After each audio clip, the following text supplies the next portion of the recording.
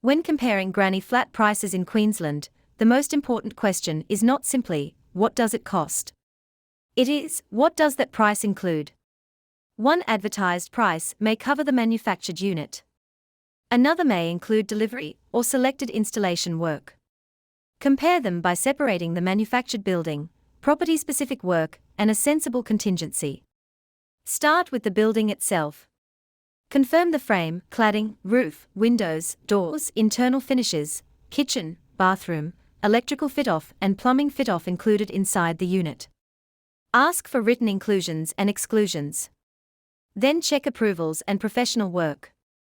The project may need drawings, engineering, certification, lodgement fees, inspections and property-specific reports. These costs may sit outside the advertised building price.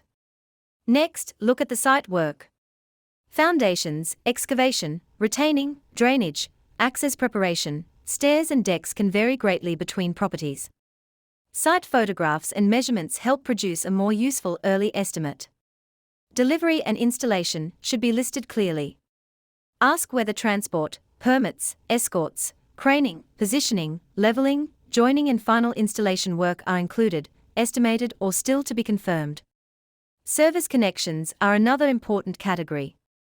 The unit may be fitted internally, while the property owner remains responsible for connecting power, water, sewer or septic, stormwater and drainage using the required licensed trades. Put every quote into the same written comparison.